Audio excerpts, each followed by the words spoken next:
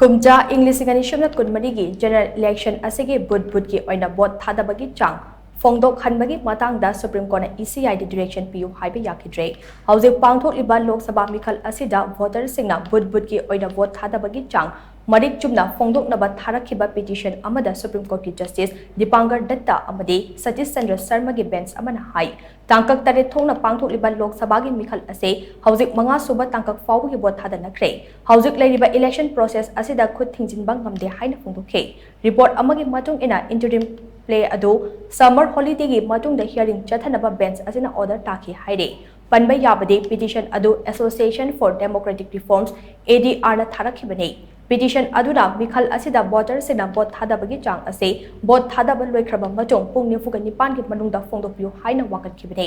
wakat aduda Election Commission of India ECI gi maikai da lepliba Senior Counsel Manindra Singh na ADR gi wakat adubu yaning taba phongdoktuna wakat ado maram chade haina thamkibaga loinana asigumba wakat asina electoral process da singna baga loinana bot thadabagi chang hantha hanbagi maram amo ohlakpa yai haina phongdokhe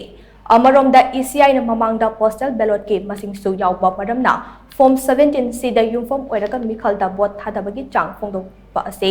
voter singda achoba chamamnaba ama pokhangani haina phongdokhiba leikrabane Fibam asida Supreme Court na hiram masigi matang da ECI na tha asigi talaga tarit faw ki panungta paukum pirak na ba ECI da khangan khibne marak asida ADR na polling station singe tabulated report sing amadi form 17C part 2 gi scan copy sing ECI website da thagalak na ba ECI da haijakhibne